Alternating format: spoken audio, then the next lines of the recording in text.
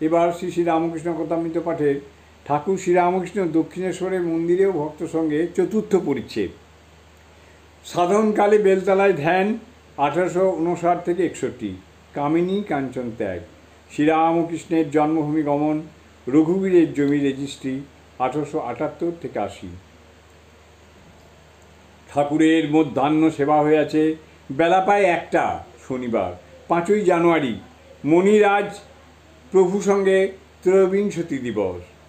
মণি আহারান্তে নবতে ছিলেন। হঠাৎ শুনিলেন কে তাহার নাম ধরিয়া 3-4 বার ডাকিলেন।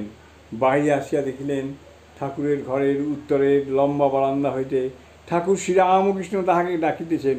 মণি আসিয়া তাহাকে প্রণাম করিলেন। দক্ষিণের বারান্দায় ঠাকুর মণির সহিত বসিয়া কথা কইতেছেন। শ্রীরামকৃষ্ণ: তোমরা কীরকম ধ্যান করো? আমি বেলতলায় স্পষ্ট নানা রূপ দর্শন করতাম। একদিন দেখলাম সামনে টাকা, শাল, 1 ছড়া সন্দেশ, 2জন মেয়ে মানুষ। মনকে জিজ্ঞাসা করলাম, মন, তুই এইসব কিছু চাস? সন্দেশ দেখলাম গু। মেয়েদের মধ্যে একজনের ফাঁদি নথ। তাদের ভিতর বাহির সব দেখতে পাচ্ছি, নাড়ি ভুড়ি, মলমূত্র, হাড় মাংস, রক্ত। মন কিছুই চাইলে না। তাঁর পাদপদ্মেতেই মন রহিল। নিক্তির নিচের কাঁটা আর উপরের কাঁটা, মন সেই নিচেই কাঁটা। পাছে উপরের কাঁটা ঈশ্বর থেকে মন বিমুখ হয়, সদাই আতঙ্ক। একজন আবার শুল হাতে সদাই কাছে বসে থাকত। ভয় দেখালে নিচের কাঁটা উপরের কাঁটা থেকে তফাৎ হলেই এর বাড়ি মারব। কিন্তু কামিনী কাঞ্চন ত্যাগ না হলে হবে না। আমি 3 ত্যাগ করেছিলাম: জমিন, জরু, টাকা। রঘুবীরের নামের জমি ওদেশে রেজিস্ট্রি করতে গিয়েছিলাম। আমার সই করতে বললে, আমি সই করলুম না। আমার জমি বলে তো বোধ নাই। কেশব সেনের গুরু বলে খুব আদর করেছিল, আর এনে দিলে তা বাড়ি নিয়ে যাবার জো নাই। সন্ন্যাসীর সঞ্চয় করতে নাই। ত্যাগ না হলে কেমন করে তাকে লাভ করা যাবে? যদি একটা জিনিসের পর আর একটা জিনিস থাকে, তাহলে প্রথম জিনিসটাকে না সরালে কেমন করে আর একটা জিনিস পাবে? নিষ্কাম হয়ে তাকে ডাকতে হয়, তবে সকাম ভজন করতে করতে নিষ্কাম হয়। ধ্রুব রাজ্যের জন্য তপস্যা করেছিলেন, কিন্তু ভগবানকে পেয়েছিলেন। বলেছিলেন, যদি কাজ কুড়োতে এসে কেউ কাঞ্চন পায় তা ছাড়বে কেন? দয়া, দানাদি ও ঠাকুর শ্রীরামকৃষ্ণ, চৈতন্যদেবের দান।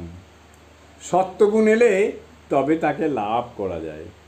দানাদি কর্ম সংসারী লোকের প্রায় সকামই হয়, সে ভালো না। তবে নিষ্কাম করলে ভালো, কিন্তু নিষ্কাম করা বড় কঠিন। সাক্ষাৎকার হলে ঈশ্বরের কাছে কি প্রার্থনা করবে? যে আমি কতগুলো পুকুর, রাস্তা, ঘাট, ডিসপেন্সারি, হাসপাতাল এইসব করব? ঠাকুর আমায় বর দাও। তাঁর সাক্ষাৎকার হয়ে ওসব বাসনা এক পাশে যেন পড়ে থাকে।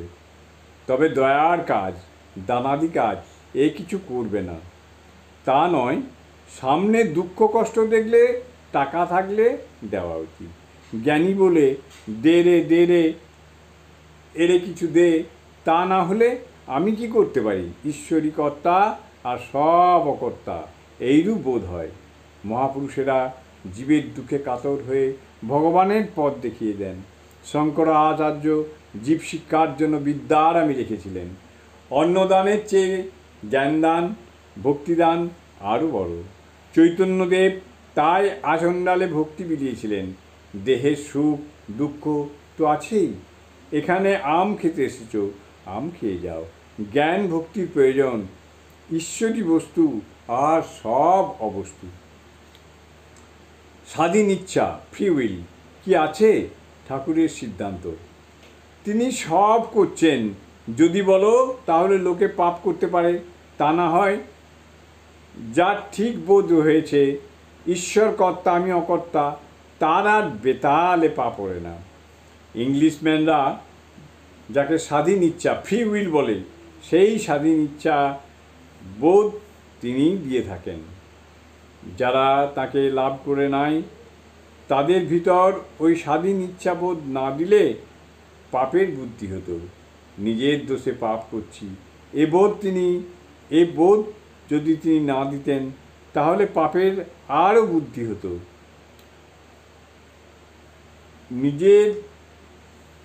নিজের দোষে পাপ করছি এই বোধ যদি তিনি না দিতেন তাহলে পাপের আরও বৃদ্ধি হতো। যারা তাকে লাভ করেছে তারা জানে দেখতেই স্বাধীন ইচ্ছা, বস্তুত তিনি যন্ত্রী, আমি যন্ত্র, তিনি ইঞ্জিনিয়ার, আমি গাড়ি। জয় ঠাকুর, জয় ঠাকুর, জয় ঠাকুর।